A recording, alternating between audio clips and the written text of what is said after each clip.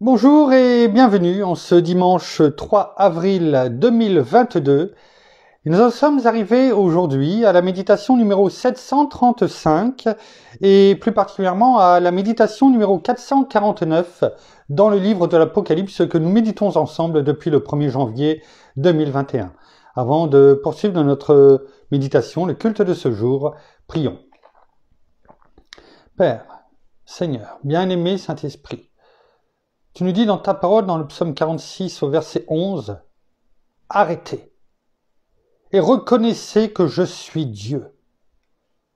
Je domine sur les nations, je domine sur la terre. » Alors Seigneur, dans ta parole, Père éternel, comme nous l'avons chanté encore ce matin, ta parole est vraie. Il n'y a aucun mot vide ou futile. Alors, si tu nous dis arrêtez et reconnaissez, eh bien, c'est que nous devons, stopper. Stopper nos occupations qui nous éloignent de ta vérité, de toi. Arrêtez de détourner les yeux. Arrêtez, de marcher dans les voies qui ne sont pas les tiennes. Arrêtez de nous inquiéter. Arrêtez de tout simplement, d'être incrédule. Car tu le dis. Et reconnaissez que je suis Dieu. C'est-à-dire que tu veux que nous reconnaissions et que nous voyions ce que tu fais dans nos vies. Ces bénédictions notamment que tu as pour tes enfants, que tu as déjà donné, cet héritage total, complet. Que nous puissions voir tes manifestations dans nos vies. Car c'est ce que tu veux faire. Tu veux intervenir dans nos vies. Tu nous dis d'arrêter et de te laisser combattre. Nous le chantons régulièrement. Nous le déclarons et le proclamons. Tu es à nos côtés, tu es devant nous. Tu es à nos côtés comme on l'a entendu ce matin. On l'a chanté. Là, dans le feu, tu es à nos côtés. Et dans la tempête, tu es avec nous. Et ce que tu nous demandes, ce n'est pas simplement de le déclarer, de le proclamer. C'est de te laisser agir, de te voir agir, comme les disciples l'ont vu avec notre Seigneur quand il a stoppé la tempête. Tu veux nous faire passer de l'autre côté, sur l'autre rive. Mais pour cela, tu nous dis, avant toute chose, arrêtez. Alors ce matin encore, ce jour, nous voulons déclarer, proclamer que oui, nous arrêtons de nous inquiéter. De nous en faire, de nous inquiéter du lendemain. Tu le dis de ne pas nous en inquiéter, mais de chercher plutôt ton royaume et la justice de Dieu. Car tu nous donneras toutes choses au-delà. C'est ta promesse, tu veux le faire et la mettre en pratique dans nos vies. C'est une certitude. Alors, obéissons de façon radicale à ta parole. Merci, Père, dans le nom de Jésus. Merci, bien-aimé Saint-Esprit. Amen.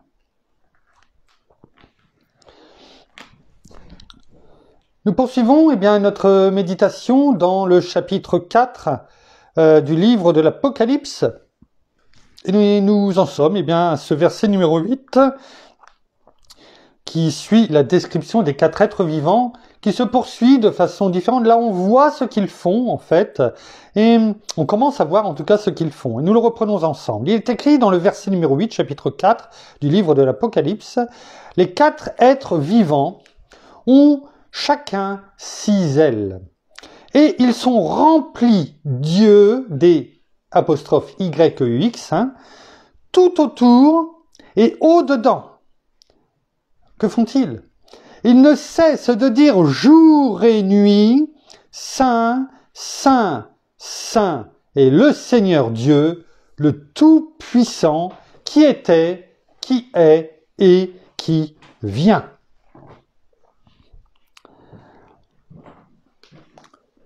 Nous avons déjà vu cette première partie de ce verset 8 et continuons à partir de « il ne cesse ». C'est ce que nous allons voir à partir d'aujourd'hui.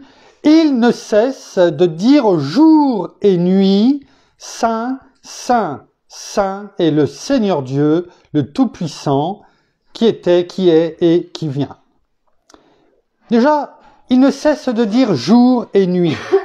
On va les détailler, on va voir ce que dans la version grecque, eh bien ces mots veulent dire. Parce que, comme on l'a chanté, comme on l'a prié, eh bien, ta parole est vraie, il n'y a aucun mot qui est vide et futile.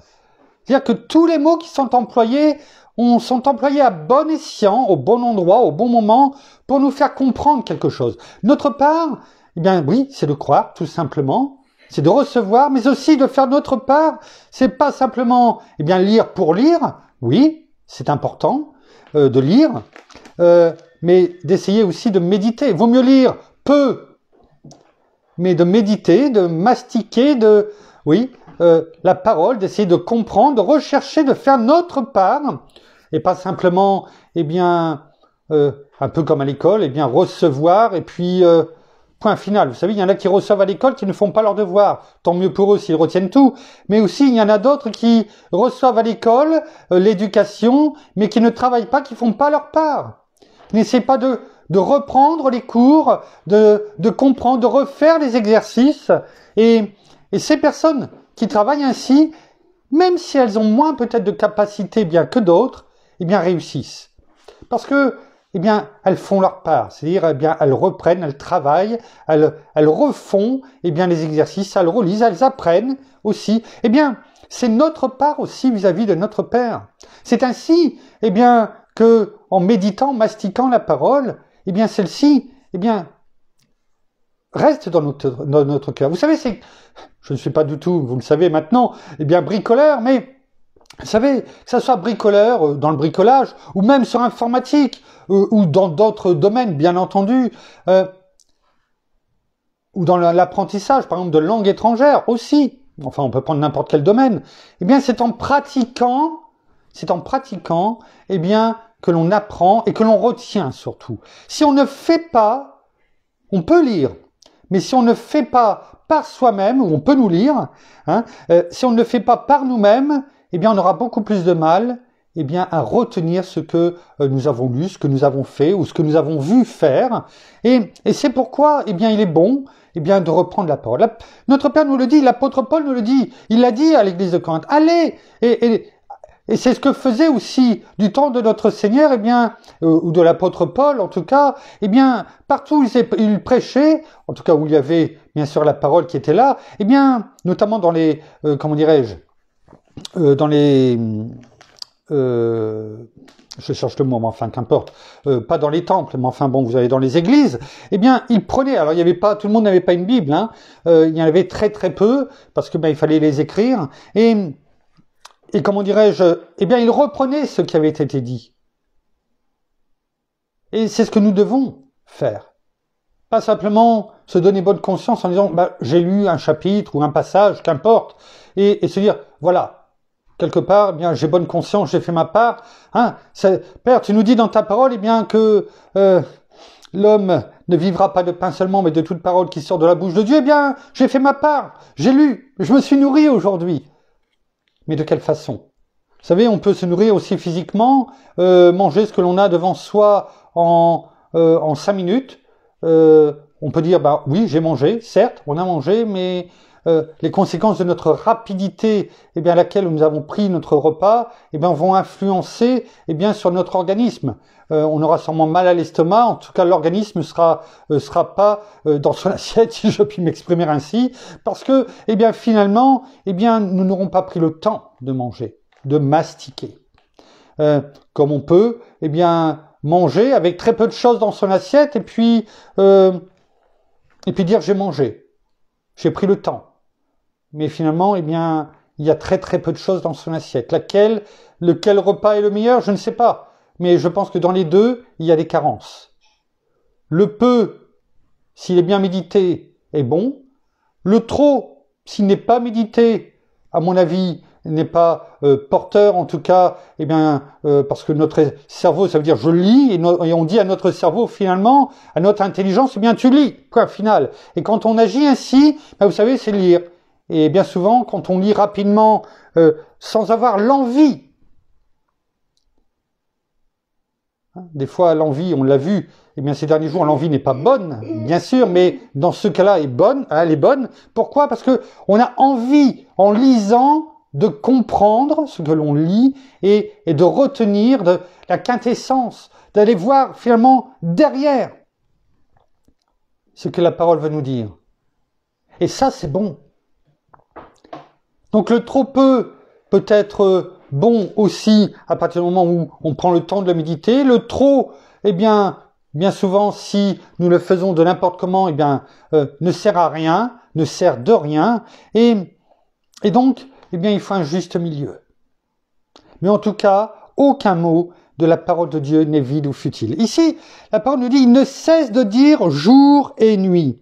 Si on va voir ce qui est écrit tout simplement en bas de ma Bible, il est écrit, littéralement, ça veut dire, ils n'ont de repos ni jour ni nuit, et ils disant saint, saint, saint. Ils n'ont de repos ni jour ni nuit. Voilà ce que littéralement cela veut dire. Il ne cesse de dire jour et nuit. Et si l'on va, eh bien, regarder dans la parole, eh bien, dans la version grecque, les mots utilisés, eh bien, prenons le verbe cesser. Il ne cesse. Rappelez-vous ce que je viens de vous dire, littéralement ce que ça veut dire. Eh bien, quand on va regarder, eh bien, ce que veut dire ce nom féminin grec, ça vient du nom féminin grec, anaposis, qui veut dire, anaposis veut dire interruption, relâche, repos. Et bien entendu, dans le contexte ici, c'est de la négation. Donc, ça veut dire sans interruption, sans relâche, sans repos. Exactement comme littéralement on l'a dit, ils ne cessent, ils n'ont de repos ni jour ni nuit. C'est comme si que nous, 24 heures sur 24, eh bien, nous disions, eh bien, Saint, Saint, Saint est le Seigneur Dieu, le Tout-Puissant, qui était, qui est et qui vient. Ça, c'est de la louange. Ça, c'est de la louange. Voilà ce qu'ils font 24 heures sur 24, à notre temps, à nous, sans relâche, sans interruption, sans repos. Parce que c'est cela que ça veut dire, anaposis. Prenons la parole, ce que nous dit la parole dans Matthieu chapitre 11, Matthieu chapitre 11, verset 29. Matthieu chapitre 11 au verset 29. On le connaît, ce verset, notamment à partir du verset 28 à 30, mais en l'occurrence, nous allons prendre par rapport à ce que, au verset du jour, eh bien, le verset 29, c'est quand notre Seigneur, bien sûr, dit, eh bien, venez à moi, vous tous qui êtes fatigués et chargés. Et au verset 29, notre Seigneur nous dit, et on voit là la douceur de notre Seigneur, lui qui a la main ferme pourtant. On a pu le voir depuis le début du livre de l'Apocalypse, mais on l'a vu déjà tout simplement en suivant sa vie sur la terre, quand il est venu parmi nous. Eh bien, on voit ici la douceur de notre Seigneur, son exemple.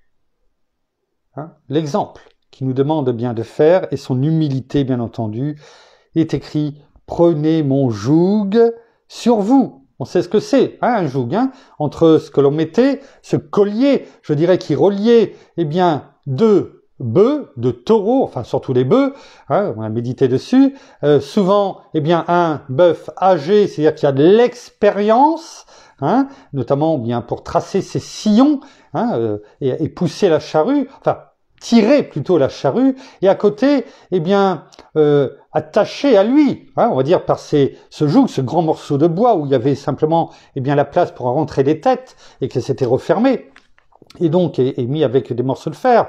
Eh bien, un jeune bœuf qui était là pour et c'était l'ancien bœuf qui tirait finalement, et puis qui montrait l'exemple. Et le jeune, eh bien, taureau, le jeune bœuf, eh bien, n'avait plus qu'à finalement avancer à la même cadence que le bœuf plus âgé, et donc il ne pouvait pas partir à droite à gauche, parce qu'il avait ce collier qui le retenait et qui le dirigeait, eh bien, tous les deux dans la même direction. Et c'est ça, un joug. Prenez mon joug sur vous. C'est-à-dire, notre Seigneur dit, c'est moi qui porte le joug. Et toi, tu es à mes côtés, comme on l'a chanté, comme on le dit chaque jour. Hein. Notre Seigneur dit, je serai toujours à côté de vous, là à vos côtés. Et donc, on met, nous, eh bien, le joug, finalement, comme ce jeune bœuf, et on suit l'exemple de notre Seigneur. C'est pour ça que je vous parlais d'exemple, l'exemple de Christ. Prenez mon joug sur vous et recevez mes instructions. On a déjà médité sur cela. Mes instructions, c'est-à-dire comment dirais-je, mes commandements. Ce que je vous dis de faire. Obéissez-moi. Mon enseignement. C'est cela mes instructions. Ce que nous faisons chaque jour. C'est cela. Le Seigneur nous dit, je suis à tes côtés. Si tu as besoin, prends mon joug. Si tu n'as pas besoin, ne le prends pas. Mais reste à mes côtés. Reste à mes côtés. Et reçois quand même mon enseignement. Que tu aies le joug ou pas, reçois mon enseignement. Écoute-le. Grave-le sur les tables de ton cœur. Arrête, comme on a prié. Arrête ce que tu fais. Arrête d'avoir toujours plein de choses dans ta tête. Vous savez combien de personnes disent, eh bien, j'ai eu du mal à dormir parce que j'avais tellement de choses qui passaient dans la tête. Je pensais à tellement de choses. Notre Père nous dit à celui ou à celle, eh bien, qui doit entendre cela aujourd'hui, et je crois que finalement tout le monde, eh bien, doit l'entendre et l'écouter, cette parole, arrêtez. Arrête. Dans le psaume 46, 11, quand le Seigneur nous dit, la parole de Dieu nous dit, arrêtez et reconnaissez, c'est de l'impératif, les deux. Ce n'est pas si vous le souhaitez. Si vous avez du temps. Il nous dit stop. La plupart du temps, et j'espère en tout cas pour vous, lorsque vous arrivez à un stop ou un feu rouge, qu'est-ce que vous faites? J'espère que vous vous arrêtez. Ne serait-ce que parce que c'est le code de la route et il y a un respect de la loi à avoir. Parce que si vous ne le faites pas, vous mettez votre vie en danger. Et les vies de ceux qui sont avec vous. Mais aussi la vie d'autres personnes en jeu. Donc je veux croire que vous vous arrêtez au stop. Je veux croire que vous vous arrêtez au feu rouge. Déjà l'orange, ça devient dangereux. Mais au rouge, vous vous arrêtez. Sinon, vous allez supporter les conséquences de ce que vous faites. Vous et vos proches, bien souvent, quelquefois pour toute une vie. Et cela peut même influencer des générations entières. Si la parole nous dit arrêtez et reconnaissez, donc obéissons, écoutons et appliquons ce que la parole nous dit pour notre bien. Parce que si nous ne le faisons pas, nous aurons les conséquences de notre non-obéissance à la parole de Dieu. Alors, quand le Seigneur dit « Prenez mon joug sur vous et recevez mes instructions, car je suis doux », on voit la douceur, comme on a dit tout à l'heure, et humble de cœur, l'humilité, douceur, l'enseignement, l'exemple. Et vous trouverez quoi? Du repos, anaposis, du repos pour vos âmes. Ce repos, il ne cesse de dire. Prenons le temps. On prendra peut-être plusieurs méditations pour faire ce verset. C'est pas grave. Le tout, c'est qu'on comprenne ce que veut nous dire la parole. Que l'on comprenne pourquoi les 4 êtres vivants, tout le temps qu'ils sont devant notre Père, ne cessent de dire, sans repos, sans relâche, sans interruption. C'est ça que ça veut dire. Eh bien, le Seigneur nous dit, si on fait cela, ce qu'il nous dit ici dans ce verset 29, ce que nous méditons finalement aujourd'hui, il nous dit, et vous trouverez du repos. Pas simplement un repos passager, vous savez, une sieste. Non, c'est pas cette sieste que le Seigneur nous dit ici. C'est-à-dire que vous trouverez du repos pour vos âmes, pas pour votre corps, pour notre âme, qui est beaucoup plus important parce que notre âme ne périra jamais. Notre corps, lorsque nous ne serons plus là, disparaîtra, mais pas notre âme. Et c'est notre âme que notre Seigneur veut nous toucher. C'est à notre âme qu'il veut donner du repos. Non pas une sieste passagère, et je fais exprès en disant sieste passagère, parce qu'en règle générale, une sieste, c'est un repos court, autrement c'est plus une sieste. Et là, eh bien, la parole nous dit, pour votre âme, eh bien, je vais vous donner un repos. Vous allez trouver un repos, c'est-à-dire sans interruption, sans relâche, vous allez trouver du repos pour vos âmes. C'est-à-dire que votre âme sera toujours dans la paix. Tout cela, pourquoi ? Soit parce que on prend le joug de notre Seigneur, ce joug, on va dire, toute proportion gardée, est réel, même s'il est spirituel, ou pas. C'est-à-dire que si nous n'en avons pas besoin, c'est peut-être parce qu'aujourd'hui, tout en sachant que à tout moment, qu'importe l'expérience que nous avons, mais si nous avons besoin de ce joug, il est là, on peut le prendre, même si c'est pour un temps, parce que nous en avons besoin, quelles que soient les circonstances de nos vies. Mais si nous n'en avons pas besoin, à ce moment-là, si par exemple, au verset 28, venez à moi, vous tous qui êtes fatigués et chargés, et je vous donnerai du repos. Si nous n'en avons pas besoin, parce que nous passons un temps de bénédiction, parce que nous n'en avons pas besoin, tout simplement. Mais de ne pas oublier cependant, la partie de demeurer quand même aux côtés de notre Seigneur, sans prendre des voies tortueuses. Attention, c'est là le danger. Le danger, c'est, s'il n'y a plus ce joug, qu'est-ce que va faire le jeune bœuf ? Est-ce qu'il va avoir pris l'habitude, parce qu'il a eu, et il a porté pendant toute sa jeunesse, jusqu'à ce qu'il prenne de l'âge, de la maturité, est-ce qu'il a pris l'habitude d'avoir ce joug, au point que lorsqu'on va lui retirer, il pourra avancer comme s'il l'avait, et le remettre, quand il sera devenu lui-même mature, et qu'il faudra aider, comme il a été aidé à un moment donné, un autre bœuf à apprendre, c'est aussi dans ce que nous voyons ici, dans ce que la parole nous dit, ce que nous sommes aussi appelés à faire. Sans pour autant dire qu'on ne marche plus avec notre Seigneur, avec son joug, mais nous sommes aussi appelés à aider les plus jeunes, ou ceux qui à un moment donné sont fatigués et chargés, tout en leur disant, voilà le joug de notre Seigneur, et je vais être aussi avec toi comme il est avec toi, à t'aider, à marcher droit, parce que avec le joug, on marche à deux dans la même direction. Le joug n'a pas d'autre utilité que de permettre aux deux animaux, de bœufs, de marcher dans la même direction. C'est cela, le but. Et si on le fait, le Seigneur nous dit, sans interruption, sans relâche, je vais te donner du repos pour ton âme. Anaposis. En Nouvelle Français courant, il est écrit, prenez sur vous mon joug et laissez-moi vous instruire. On parlait d'instruction, d'enseignement. Et laissez-moi vous instruire. Que fait notre bien-aimé Saint-Esprit dans le nom de Jésus ?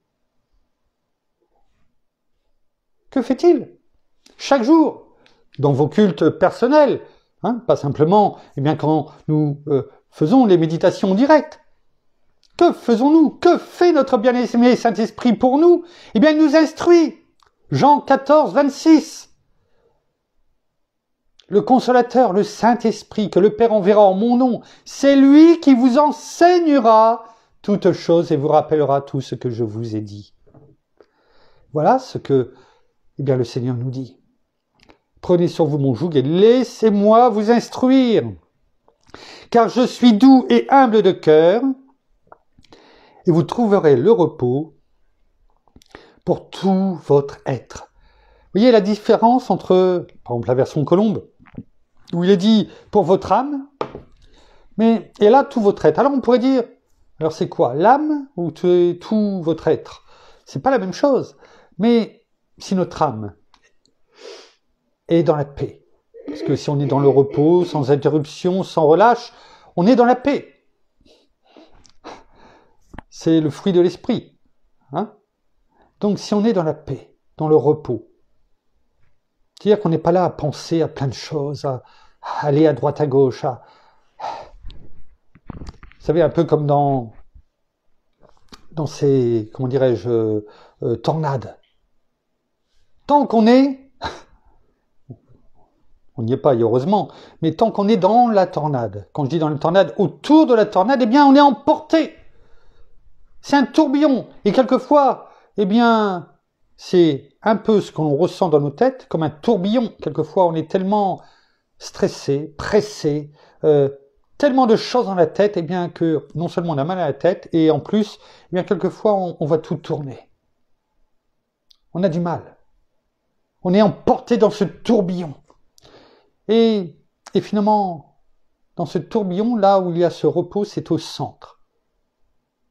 On voit tout en haut le ciel bleu, on est dans finalement le repos. C'est là où l'aigle, on l'a déjà dit, eh bien, se positionne. Pourquoi ? Eh bien, pour être non seulement au calme, au repos, mais également pour, eh bien, prendre d'un seul coup de la vitesse et de la hauteur en sortant de ce tourbillon. Le Seigneur nous dit, c'est en moi, et non pas dans le tourbillon du monde que tu dois être, de tes pensées, pas les miennes, tes pensées, les tiennes, celles du monde, parce que c'est bien celle-ci. Et quand je vous parle, je me mets dedans. Hein. Eh bien, ce n'est pas dans ces pensées du monde que tu dois être. C'est dans mes pensées, en moi, au milieu. Et là, tu es dans la paix. Même si tout autour de toi, eh bien, tout tourne, tout va trop vite et veut entraîner chaque être humain, eh bien, à sa perte, dans ses lois toujours plus perverses. Juste en aparté, hier, je lisais encore que l'OMS, l'Organisation mondiale de la santé, comment dirais-je, je cherche le mot, en tout cas donne comme conseil, eh bien, de pouvoir eh bien, autoriser jusqu'à la fin de la grossesse, jusqu'au 9e mois, la possibilité eh bien, d'avorter. Encore pire, c'est en Californie, si je ne me trompe pas, c'est ce que j'avais dit à mon épouse cette semaine, en Californie, eh bien, une loi a été proposée afin que l'on puisse, je ne dis pas avorter, parce que là, mon épouse a dit, mais c'est bien à ce moment-là un meurtre légal, parce que si la loi passe, et j'espère qu'elle ne passera pas, eh bien, de pouvoir, finalement, quelle que soit la raison, parce qu'on peut toujours faire jouer n'importe quelle raison, eh bien, pouvoir mettre un terme à la vie d'un bébé jusqu'à son 7e jour de naissance.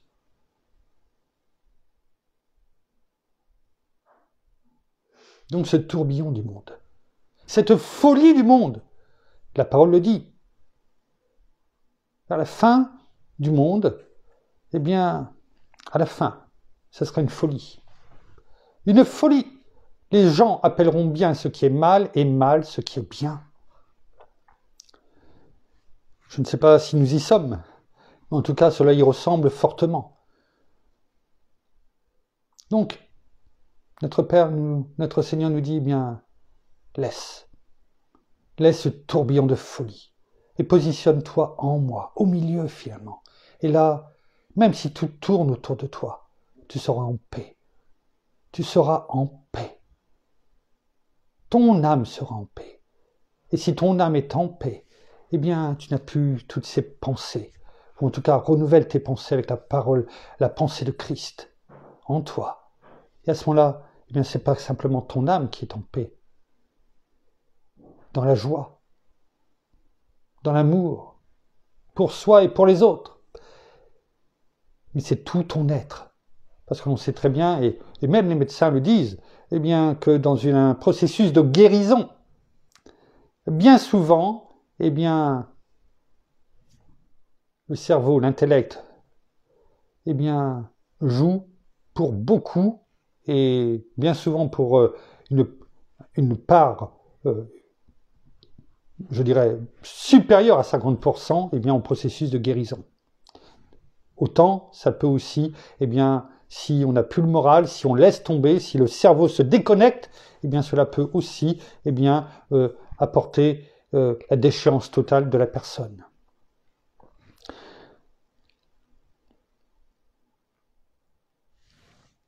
Continuons, poursuivons.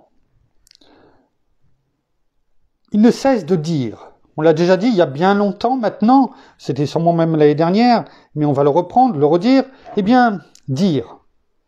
Dire vient du verbe grec lego. On en avait parlé notamment, et on avait parlé de la société du même nom, qui n'a rien à voir avec ceci, mais on avait fait ce rapprochement avec cette société-là. Donc vient du verbe grec lego, qui veut dire pas simplement dire, mais qui veut dire, eh bien, affirmer, soutenir, déclarer. Combien de fois, eh bien, on le déclare, justement.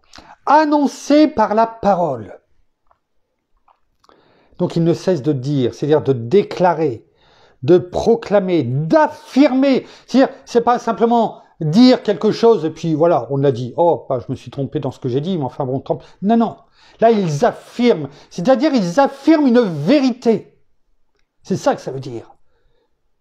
Tout comme lorsque l'on déclare la parole de Dieu, parce que bien, et c'est notre part, eh bien de graver des versets dans notre cœur pour soi, pour tous ceux qui nous sont confiés, qui vont nous être confiés, pour déclarer la parole de Dieu à un instant précis dans nos vies ou dans leur vie, afin que la parole, bien sûr, agisse, parce que toute parole déclarée, proclamée, agit dans la vie des autres, comme dans la nôtre. Ne l'oublions pas, la parole de vérité, la parole de Dieu est vivante. Toujours. Toujours. Elle ne revient pas à Dieu sans avoir exécuté sa volonté, sans avoir accompli avec succès ce pourquoi je l'ai envoyé, dit la parole.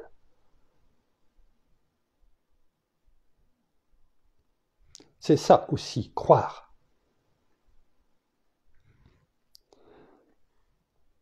Ils ne cessent de dire jour et nuit, qu'est-ce qu'ils disent? Saint, saint, saint. Prenons le mot saint, cet adjectif qui vient de l'adjectif grec agios, qui veut dire non pas simplement que saint, qui veut dire une chose très sainte. Donc ça va même au-delà, une chose consacrée, mais aussi qui veut dire un saint. Prenons à ce sujet la parole d'1 Corinthiens 3, 1 Corinthiens, chapitre 3, verset 17, là encore, un verset que l'on a déjà déclaré et proclamé plus d'une fois.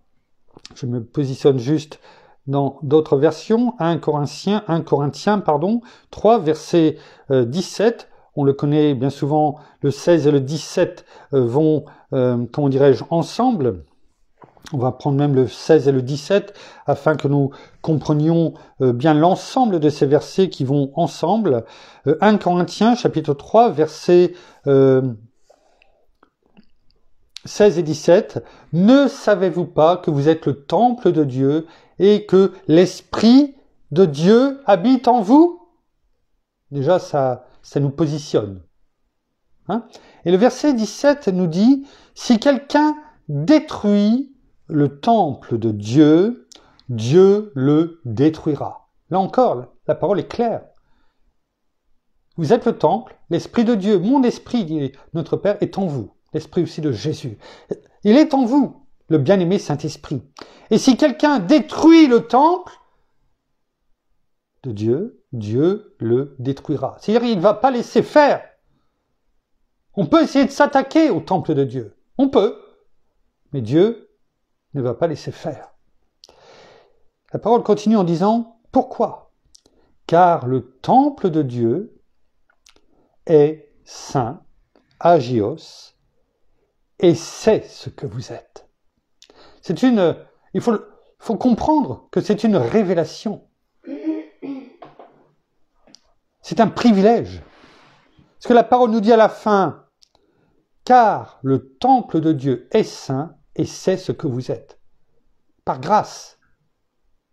Parce que, en tant qu'enfant de Dieu, si vous avez donné votre vie, si vous l'avez abandonné au pied de la croix, si vous avez reçu le Seigneur Jésus comme Seigneur et Sauveur de votre vie, eh bien, vous êtes devenu le temple de Dieu et l'Esprit de Dieu est venu en vous. Notre bien-aimé Saint-Esprit est en nous, dans notre esprit.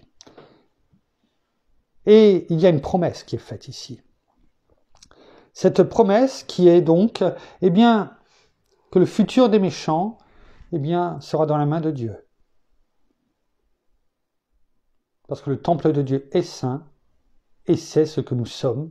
La parole, c'est la promesse qu'elle nous dit. Comme vous êtes saints parce que vous avez le temple de Dieu et l'Esprit de Dieu en vous, eh bien, vous êtes saints comme je suis saint. Et ça, c'est une promesse, c'est une révélation. C'est cette même sainteté que crient les 4 êtres vivants sans interruption, sans relâche. C'est le même mot qui nous est aussi consacré en tant qu'enfant de Dieu. En parole de vie,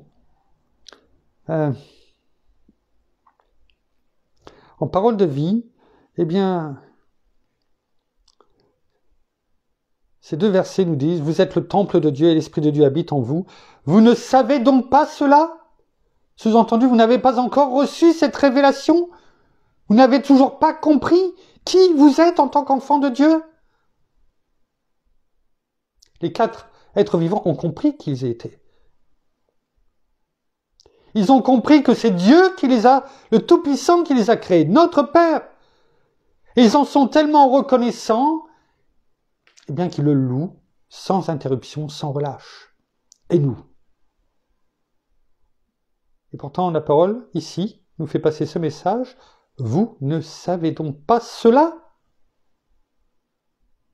Si quelqu'un détruit le temple de Dieu, celui-là, c'est-à-dire celui qui aura détruit le temple de Dieu, si quelqu'un détruit le temple de Dieu, celui-là, pas un autre, celui-là, c'est-à-dire que, comme on a pu le voir ces dernières méditations, notre Père voit toutes choses, ses regards sont partout, comme pour les 4 êtres vivants qui ont des yeux au-dessus et au-dedans. Il voit aussi bien les actions, les actes, toutes choses, des bons et des méchants. Et on a encore une preuve ici. Il dit, celui-là. Il n'est pas beau de montrer du doigt, mais c'est comme si que celui-là, Dieu le détruira. C'est le salaire, le futur des méchants, s'ils ne se repentent pas. Oui, le temple de Dieu est saint, et là on ne peut pas, se poser même la question. C'est comme si, en disant, oui, le temple de Dieu est saint, c'est comme si il devançait notre pensée, car c'est ce qu'il fait déjà, à chaque fois. Et pour certains, il sait qu'on va poser la question, mais est-ce que je suis finalement saint? Est-ce que le temple de Dieu est saint? Et finalement, notre Père, au travers de sa parole, nous dit déjà, oui, ne te pose pas même la question. Obéis, reçois. Oui, le temple de Dieu est saint, et ce temple, c'est vous. Pourquoi j'avais retenu cette version? Parce que là aussi, elle nous interpelle. Chacun d'entre nous. Oui, le temple de Dieu est saint, donc c'est sûr. C'est sûr, on peut dire, oui, le temple de Dieu est agios, c'est-à-dire très saint, consacré. Est-ce que c'est le cas? Oui, le temple de Dieu est consacré, est une chose très sainte. On le sait, il suffit d'aller regarder dans l'Ancien Testament comment les choses étaient faites, construites. Aujourd'hui, nous avons accès, c'est pourquoi le temple de Dieu est saint en nous, est une chose très sainte, parce que par la chair, sa chair, notre Seigneur, nous a déchiré le voile du temple en 2 et nous a ouvert un libre accès au lieu très saint. Oui, le temple de Dieu est saint, et ce temple dont je vous parle, nous dit notre Père ici, c'est vous, c'est toi. C'est formidable. Quelle gloire. Et c'est justement sur cette gloire, eh bien, que nous nous arrêterons pour aujourd'hui. Voyez, on peut prendre que très peu, et y avoir des révélations. En tout cas, c'était le cas encore pour moi aujourd'hui, eh bien, de ce que la parole veut nous dire. Déclarons et proclamons ensemble, pour terminer, Saint, Saint, Saint est le Seigneur Dieu, le Tout-Puissant, qui était, qui est et qui vient. Merci, Père. Merci, Seigneur. Merci, bien-aimé Saint-Esprit, pour toutes ces révélations, cet enseignement, cette instruction que tu nous donnes au quotidien, et particulièrement encore aujourd'hui. Nous la serrons cet enseignement, nous le serrons dans notre cœur, afin de pouvoir trouver ce repos, sans relâche, sans interruption pour notre âme. Nous terminons par la prière. Je vais te demander de te rapprocher un petit peu. Merci. Seigneur, merci encore, ce matin, encore pour ta parole. Merci encore pour toutes ces louanges que nous avons pu chanter de tout notre cœur, de toute notre voix, de tout notre être, car nous voulons encore te louer, t'adorer, toi notre roi, notre majesté, toi notre Seigneur Jésus-Christ. Oui, merci parce que pour tout ce que tu mets dans nos vies, merci pour toutes ces révélations, merci encore pour ton appui, ton secours, merci encore pour ta bonté, merci parce que chaque jour tu es à nos côtés, dans tous les domaines de notre vie. Nous l'avons encore chanté ce matin, même dans le feu, même dans la tempête, tu es avec nous. Tu es avec nous et tu nous accompagnes chaque jour de notre vie. Merci parce que nous savons que nous ne sommes pas seuls et nous savons que nous avons cette joie immense de pouvoir t'appartenir, de pouvoir être de pouvoir t'appartenir et de pouvoir continuer chaque jour avec toi. Nous avons cette joie non seulement et cette paix dans notre cœur, dans notre esprit et dans nos vies. Sachons nous le rappeler dans n'importe quelle tempête de notre vie, dans n'importe quelle circonstance, sachons que nous pouvons toujours nous appuyer sur toi. Merci parce que ton joug est si doux et si léger comparé à tout ce que nous pouvons peut-être vivre pour chacun, pour certains d'entre nous. Nous savons que tu es à nos côtés et que tu nous portes. Alors oui, merci encore pour cet esprit de révélation. Merci encore pour ta douceur, ton amour et ta bienveillance qui se renouvellent pour chacun d'entre nous chaque jour. Alors soyez tous abondamment bénis, frères et sœurs, dans le nom de notre Seigneur Jésus-Christ. Amen. Amen.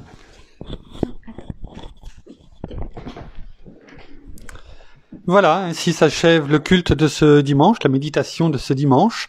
Nous vous bénissons abondamment de toutes les bénédictions spirituelles dans les lieux célestes en Christ. Nous saluons nos amis au Québec et au Canada qui vont dans quelques heures prendre le relais pour déclarer, proclamer la parole.